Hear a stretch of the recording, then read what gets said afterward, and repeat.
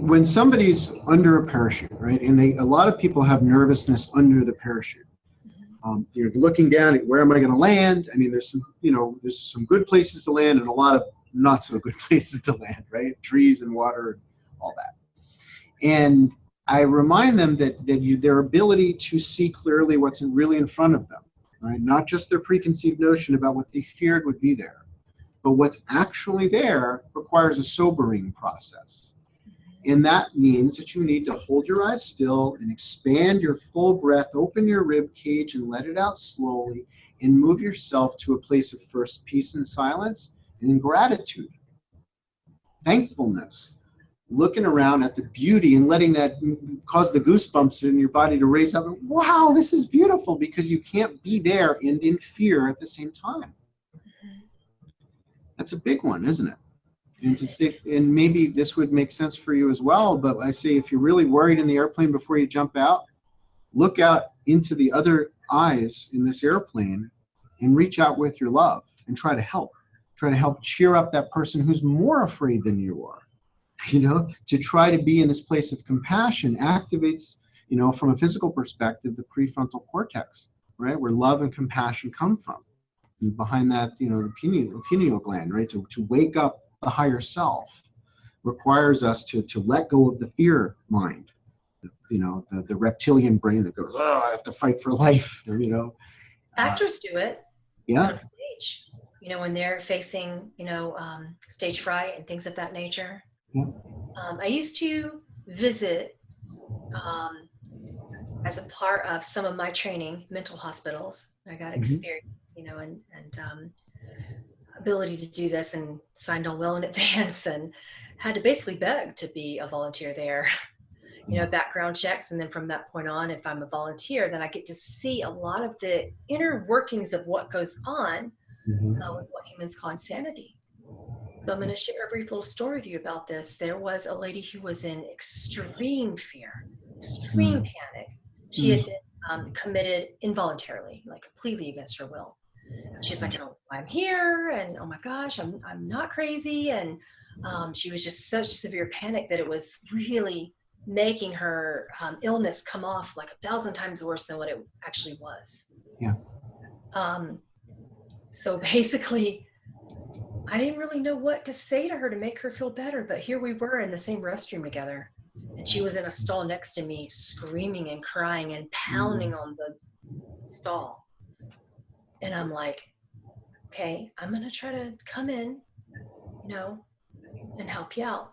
She's like, no, you're not coming in. No, no way. How do I know you're not one of them? You're a volunteer here. What if you have a big needle, Right. I'm like, okay, we've got to get you out of the fear. Yeah. She's like, well, right now I'm afraid of you. And she's screaming at me and pounding on the door. And I'm like, okay, am I going to really, what are we going to do to get through this fear? And I had the notion to tell her to act, to pretend that everything was okay. I said, don't do it for me. But do it because if you believe that you're afraid, go with the fear for a moment. Say you believe something's bad's going to happen. Okay. What are you going to do about it? Say someone's coming with a needle. That's what you fear right now. And they're going to put you out. Okay. That's what you fear. If you're afraid of it, that probably will happen, especially if you keep banging on the door like this and acting like you are crazy. So let's talk about that for a moment. We gotta work on this fast. Yeah. What are you going to do? Just pretend for a moment that you are completely fine. You want to be fine, so show them that you're fine. I want you to put on your fine face right now. You're on a stage. You're on a play. You're an actor, because this is what you got to do. If you are involuntarily here against your will, you got to act your way out of it. So for this moment, I want you to pretend that you are fine.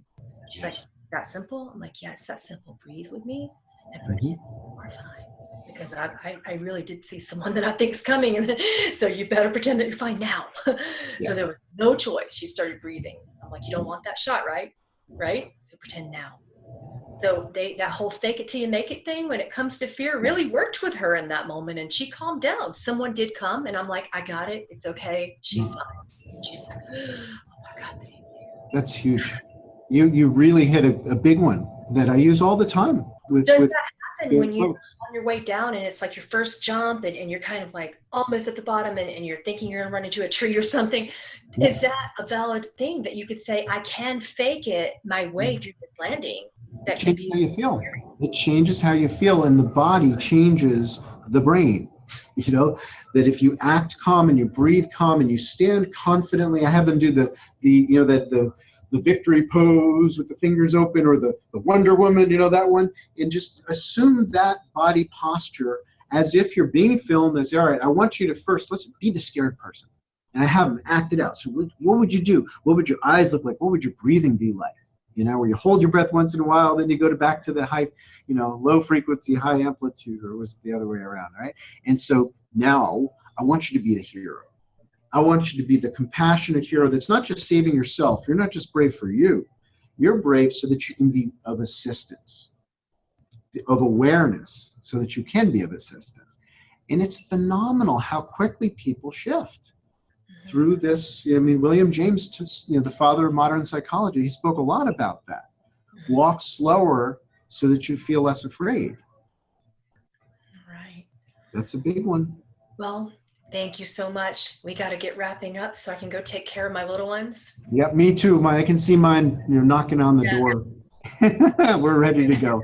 But that was really, really, really cool. And I'm really glad that so many people came to show up to hear, you know, the crazy thoughts of skydivers. But beyond that, just to begin that process of taking a closer look at what fear is, what does it really do, and how free and powerful am I really to expand beyond it?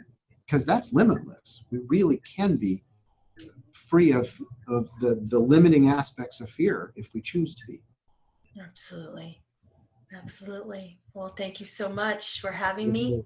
You're it was very great welcome. to have a nice little chat with you about all this today. Yeah, I feel like we've been friends for a long, long time. You're awesome. Absolutely. Brian Germain, everyone.